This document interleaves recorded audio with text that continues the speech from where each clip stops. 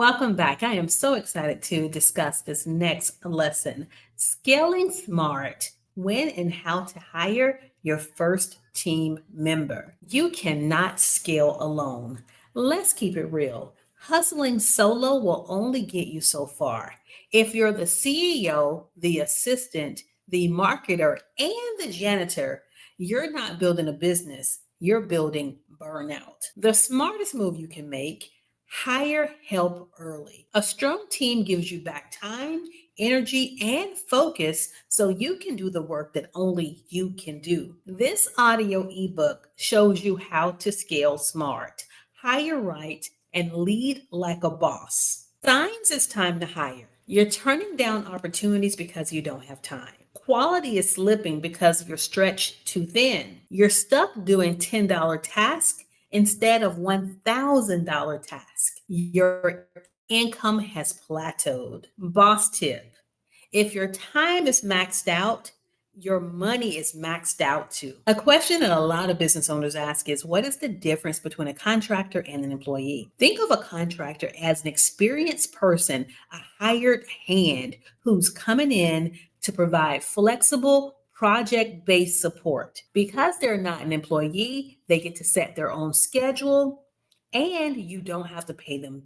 So, who would this be great for? Let's say you have a project that needs to be completed, such as copywriting, posting your social media post, bookkeeping, or even designing some ads. That would be a great use for an independent contractor. Whenever you onboard an employee, think of the expenses. You're going to have to take them through orientation. And even after orientation, you're going to have to teach them how to do the job the way that you like it done. So, this is not someone that you just want to bring on temporarily. This is going to be somebody you're going to train up and somebody you're going to want to keep. So, think long term, consistent roles. Now you have more control as the business owner, but you also have more responsibility because you have to pay payroll taxes, and then you may also provide benefits. But don't worry, here at the Boss Nurse Academy, we have you covered. We can provide you with solutions if you want to onboard an employee or an independent contractor. And when in doubt, speak to your financial advisor and your accountant. Here's an additional boss tip with contractors: scale into employees when your income is consistent. That is right. They've shown you that they can do the work, and now you can offer them that opportunity. You can say something similar to, "Hello, Michael, you've been working with me as an independent contractor now for 6 months. I love the work and I love how you add value to the team. Would you like to come on as a part time or a full time employee?" Being an employee usually provides more consistent pay. However, as a downfall, you usually will end up getting paid less. So, weigh out both options, contractors versus employees, and find out which is best for your needs. Next, let's discuss the tasks you should outsource first. Definitely administrative tasks, emails, and scheduling. They now even have chatbots that will respond to your emails. They will look at your calendars. So if you don't want to hire someone to do the administrative task, at least start using the Boss Nurse Academy Custom GPT to help make your life simpler. Social media management. Who is posting your content? Remember, if you are individually posting to every platform, you are wasting time. You could outsource that to someone else. Bookkeeping and finances. Yes, as a business owner, you have to keep your books, you have to keep your records. Every time you purchase an item or a service, you should have a receipt. That receipt needs to get scanned in. You can't do everything. You're going to hire, you're going to outsource, you're going to allow someone to assist you. Customer service. Whenever a customer calls my business, if one of my staff members does not answer the phone, they're going to be forwarded to our virtual assistant.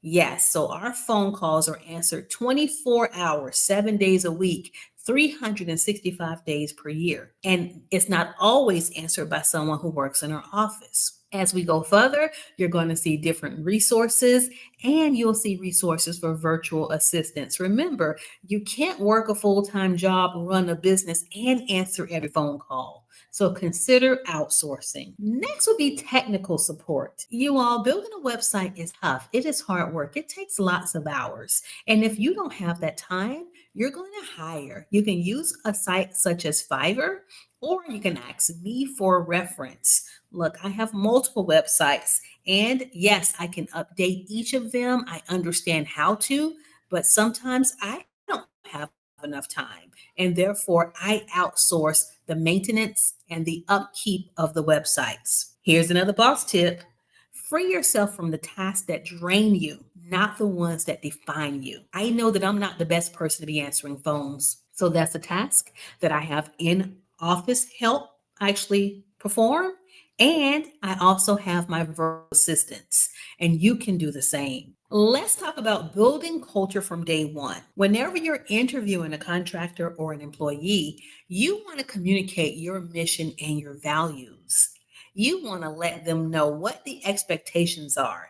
Do you have a fun, casual environment? Is it mission based? Are you a nonprofit organization that gives back to the community?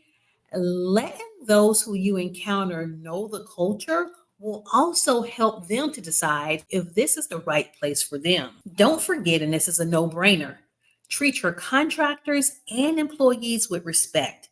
The same way you want them to treat your customers is how you're going to be treating them. Recognize wins and give feedback often. Recognizing a win, maybe you've had a tough week, you've gotten a lot of tasks completed, could be something as simple as you taking your team out for lunch.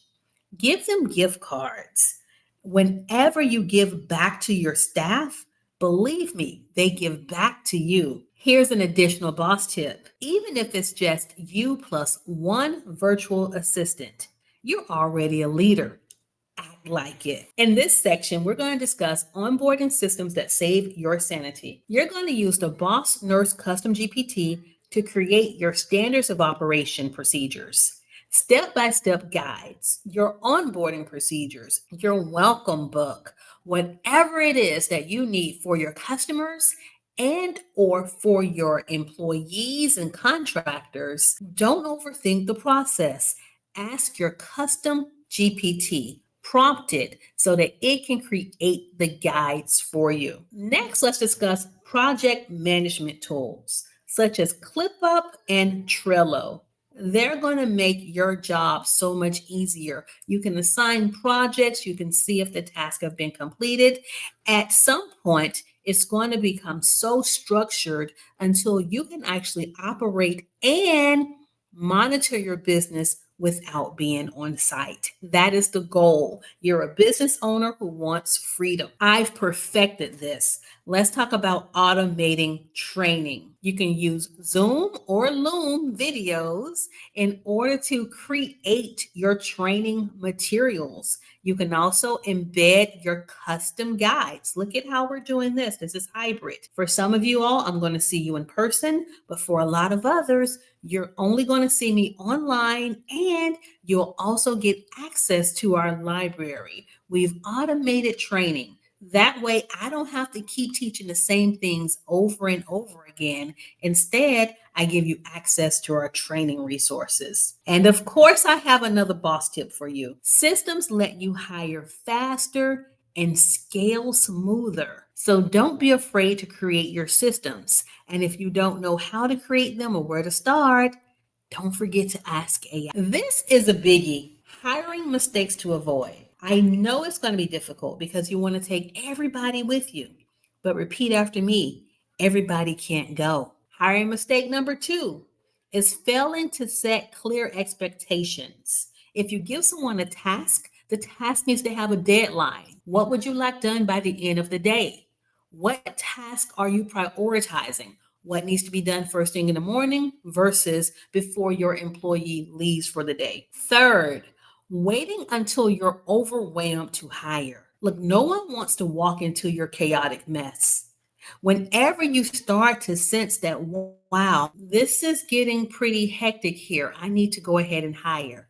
Don't wait until the last minute because you don't want to put all of that stress on a new hire. Last, micromanaging instead of leading. I don't hire smart people and then tell them what to do. That is micromanaging.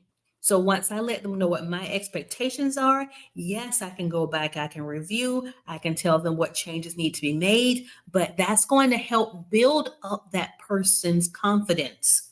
And so if you're micromanaging, if you're always telling them what to do, looking over their shoulder, that's going to do the opposite. It's going to decrease their confidence and make them more reliant upon you. Our last boss tip: don't just hire bodies, hire solutions. Remember, when you hire smart people, let them be smart. Like now it's time for our boss up nuggets. Remember, as a recap, you cannot scale alone. You can start with contractors and then grow into hiring your employees. Outsource the energy draining task first.